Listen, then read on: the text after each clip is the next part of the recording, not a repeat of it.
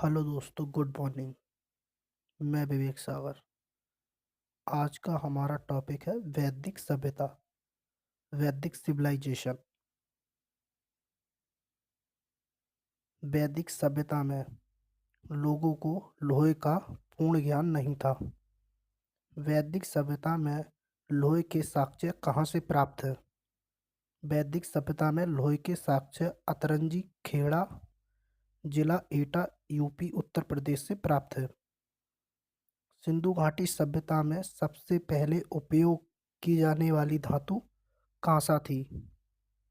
वैदिक सभ्यता को दो भागों में विभाजित किया गया है। नंबर एक, पूर्व वैदिक काल, प्री वैदिक पीरियड, 1500 ईस्वी से 1000 ईस्वी पूर्व या ऋग्वैदिक काल। नंबर दो, उत्तर वैदिक काल, पोस्ट वैदिक पीरियड, 1000 बीसी से 600 बीसी या ईस्वी पूर्व। उत्तर वैदिक काल को हम लोहे का युग भी कहते हैं। उत्तर वैदिक काल में लोहे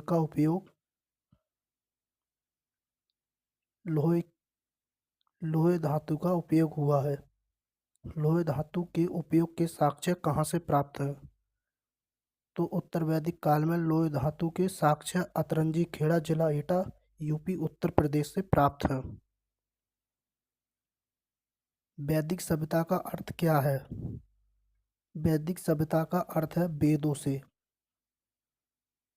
वेदों का संकलन किसने किया है? वेदों का संकलन महर्षि वेद व्यास ने किया है। संकलन का क्या अर्थ है? संकलन का अर्थ है एक जगह पर चीजों को व्यवस्थित रूप से रखना या क्रमबद्ध तरीके से चीजों को व्यवस्थित करना।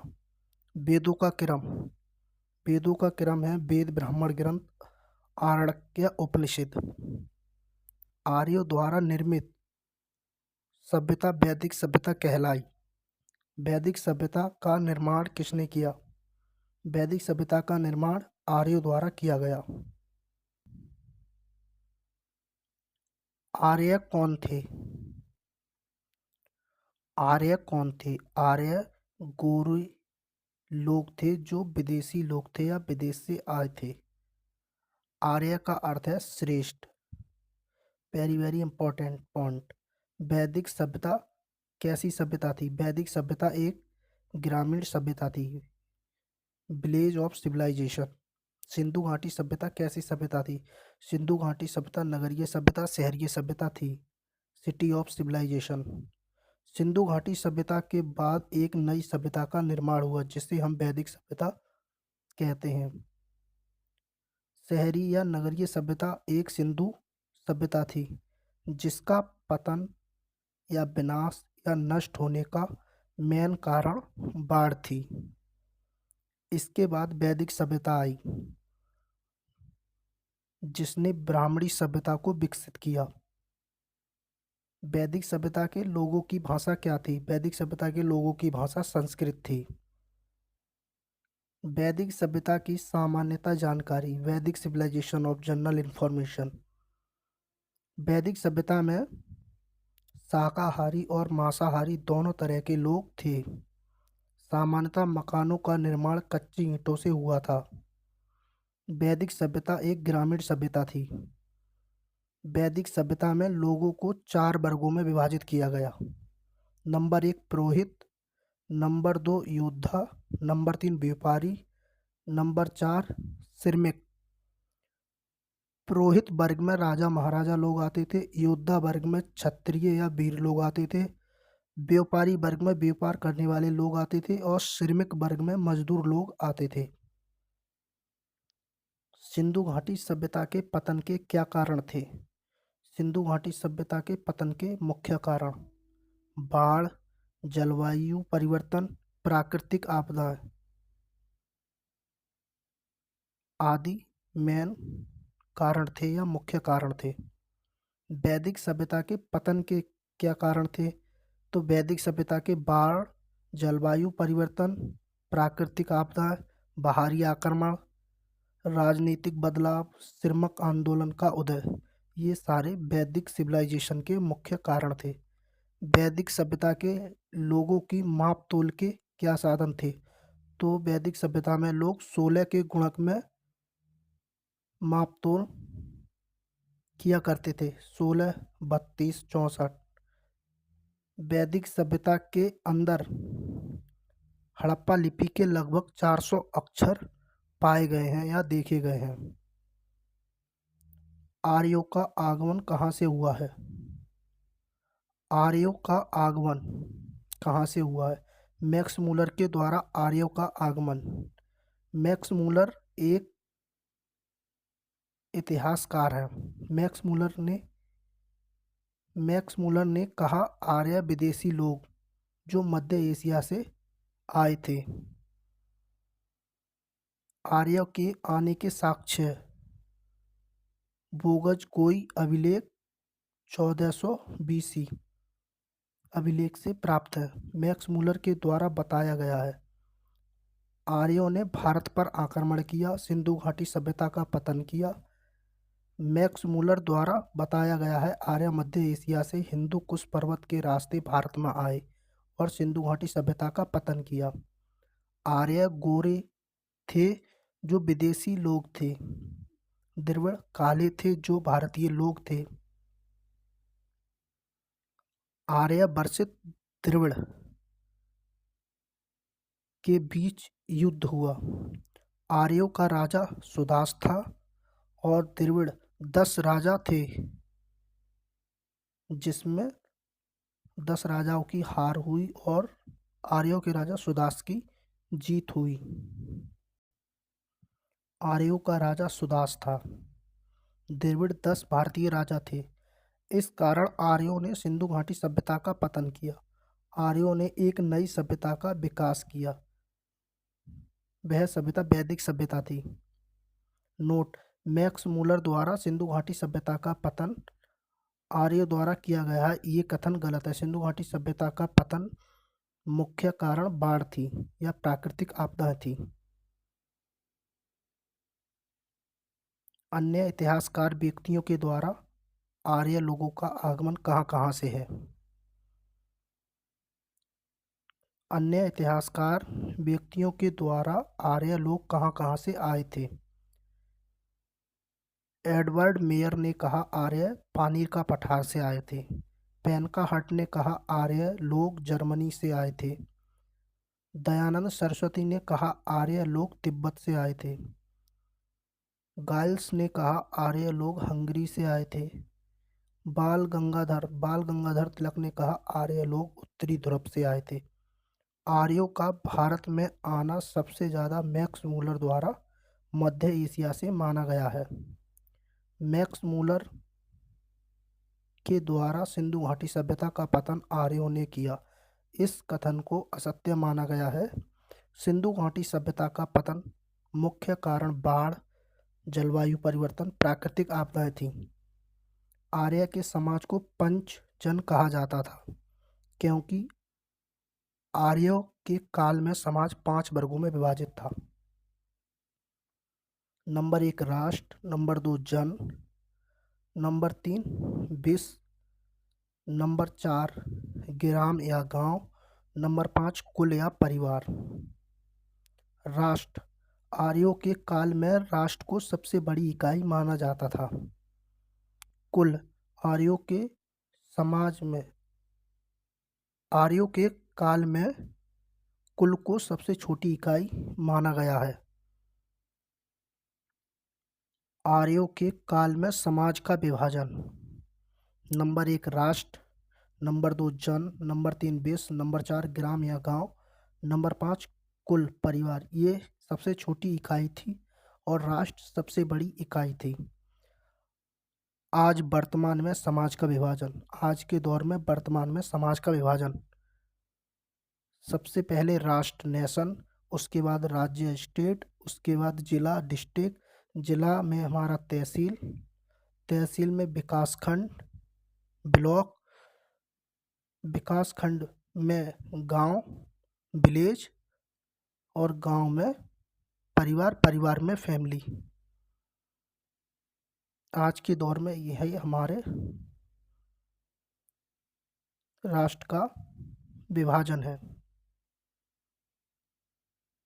कुछ शब्दावली जो आर्यों द्वारा उपयोग या यूज की जाती थी या बोलते थे। खाद्य पदार्थों को वो करहब बोलते थे। या वांगू को जौ का दलिया बोलते थे। यब को जौ बोलते थे। धनब या धंत को मरुस्थल बोलते थे। बप्ता बप्ता होता था नाई, बाल काटने वाला। अघन्या, गाय। ना मारे जाने वाला पशु और पूजनीय पशु। आर्यों की भाषा संस्कृत थी। परावत, परावत समुद्र को कहते थे। वैकनट, सूदखोर जो ब्याज पर पैसे देते थे। उर्वरा कहते थे कृषि भूमि को, ऐसी भूमि जिसमें फसल उगाई जा सके। सोमरस, पवित्र पेय पदार्थ, मदिरा, शराब। वस्त्र, सूती, ऊनी, मृग चर्म, हिरन की चर्बी से बने वस्त्र का यूज करते थे। लागल, लागल हल को कहते थे। ब्रक बैल को कहते थे। सीता, हल से बनी नालियां। करिस, करिस को गोबर की खाद बोलते थे। पर्जन्य, पर्जन्य, पर्जन्य बादल को कहते थे। आर्य वैदिक काल में गाय को संपत्ति मानते थे। गाय के लिए आर्य युद्ध करते थे क्योंकि गाय हमें पीने के लिए दूध देती है, इसलिए आर्य गाय की पूजा करते थे। सिंधु घाटी सभ्यता में वस्त्रों का उपयोग, सूती और ऊनी वस्त्रों का उपयोग हुआ है। वैदिक सभ्यता में वस्त्रों का उपयोग वैदिक सभ्यता में वस्त्रों का उपयोग सूती, ऊनी, मृग चर्म, पशु की चर्बी से बने वस्त्रों का यूज करते थे वैदिक सभ्यता के लोग, और सिंधु घाटी सभ्यता के लोग केवल सूती और ऊनी वस्त्रों का यूज करते थे। ऋग्वैदिक कालीन नदियों के नाम। नदी, न्यू नेम और ओल्ड नेम। ब्यास नदी को विपाशा कहते थे। सतलज को सुतुद्री कहते थे। कुरम, कुरम को कुरमु कहते थे। काबुल को कुंभा कहते थे। सिंधु को सिंध, हिरव या हिरण्य कहते थे। झेलम को वितस्ता कहते थे। वितत्सा कहते थे। सुबात को सुबस्तु कहते थे। चिनाब को आस्किनी कहते थे। गंडक को सदा नीरा कहते थे। घग्गर को दृशदती कहते थे। रावी को प्रूसड़ी कहते थे। गोमती को गोमल कहते थे। दृशदती सरस्वती, दृशदती सरस्वती या नदीतमा, देवीतमा, मातेतमा, ये सबसे पवित्र नदी थी जो अब विलुप्त हो गई है, जो आज के समय में नहीं बहती है।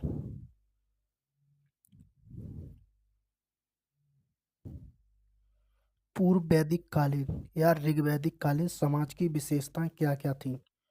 पॉइंट नंबर 1, सिंधु घाटी सभ्यता का समाज या सोसाइटी मात्र सत्तात्मक थी, मतलब महिलाओं के हाथों में थी। पॉइंट नंबर 2, वैदिक सभ्यता का समाज सोसाइटी पितृसत्तात्मक था, मतलब पुरुष के हाथों में था। पॉइंट नंबर 3, सिंधु घाटी सभ्यता का प्रमुख देवता पशुपति थे। पॉइंट नंबर 4, पूर्व वैदिक या ऋग्वैदिक काल का प्रमुख देवता इंद्रदेव या वर्षा के देवता थे। पॉइंट नंबर 5, उत्तर वैदिक काल का प्रमुख देवता प्रजापति था। पॉइंट नंबर 6, वैदिक सभ्यता के प्रमुख देवता इंद्र और प्रजापति थे। ऋग्वैदिक कालीन या पूर्व वैदिक कालीन समाज की विशेषताएं। Features of Rigvedic period. समाज सोसाइटी पितृसत्तात्मक थी। प्रमुख देवता इंद्र वर्षा के देवता थे। प्रमुख देवता इंद्र, वर्षा के देवता थे। इंद्र देवता होने के साक्ष्य कहाँ से प्राप्त है? बोगज कोई अभिलेख कहाँ से मिला है? बोगज कोई अभिलेख में प्राप्त है, और ये बोगज कोई अभिलेख हमें तुर्की देश से मिला है। और दूसरा अभिलेख है कस्सी अभिलेख, जो ईरान से मिला है। नंबर 3, ऋग्वैदिक कालीन के लोग भक्षी खाने में क्या खाते थे? तो शाकाहारी और मांसाहारी दोनों तरह के लोग थे। ऋग्वैदिक काल में बाल विवाह चाइल्ड मैरिज नहीं होता था। विधवा विवाह विधु मैरिज को पुनः मान्यता थी। पर्दा प्रथा पर्दा सिस्टम नहीं था। सती प्रथा सती सिस्टम नहीं था। जाति प्रथा कास्ट सिस्टम नहीं था। जातिवाद नहीं था। मॉडर्न हिस्ट्री आधुनिक इतिहास में शारदा एक्ट अधिनियम के अनुसार विवाह की आयु निश्चित की गई। लड़का बॉय की आयु शारदा एक्ट के अनुसार लड़का की आयु 18 वर्ष थी और लड़की की आयु 14 वर्ष थी। और वर्तमान में लड़का की आयु 21 वर्ष और लड़की की आयु 18 वर्ष है शादी के लिए। शारदा एक्ट के अनुसार लड़का की आयु 18 वर्ष और लड़की की आयु 14 वर्ष थी। और आज के दौर वर्तमान में लड़के की आयु 21 वर्ष है और लड़की की आयु 18 वर्ष। विवाह मैरिज दो प्रकार से होता था। नंबर 1, अंतरजातीय विवाह इंटरकास्ट मैरिज, इसको प्रेम विवाह भी कहते हैं। नंबर 2, नियोग प्रथा नियोग सिस्टम। नियोग प्रथा का अर्थ है जब पुरुष के पास बच्चा पैदा करने की क्षमता नहीं होती थी, तब उसकी पत्नी अपने पति की आज्ञा के अनुसार दूसरे पुरुष से संबंध बनाती थी अपने वंश को आगे बढ़ाने के लिए। इसे ही नियोग प्रथा कहते हैं। विवाह के दो प्रकार, 2 टाइप्स ऑफ मैरिज। नंबर 1, अनुलोम विवाह। अनुलोम विवाह में लड़का उच्च वर्ग व्यक्ति से विवाह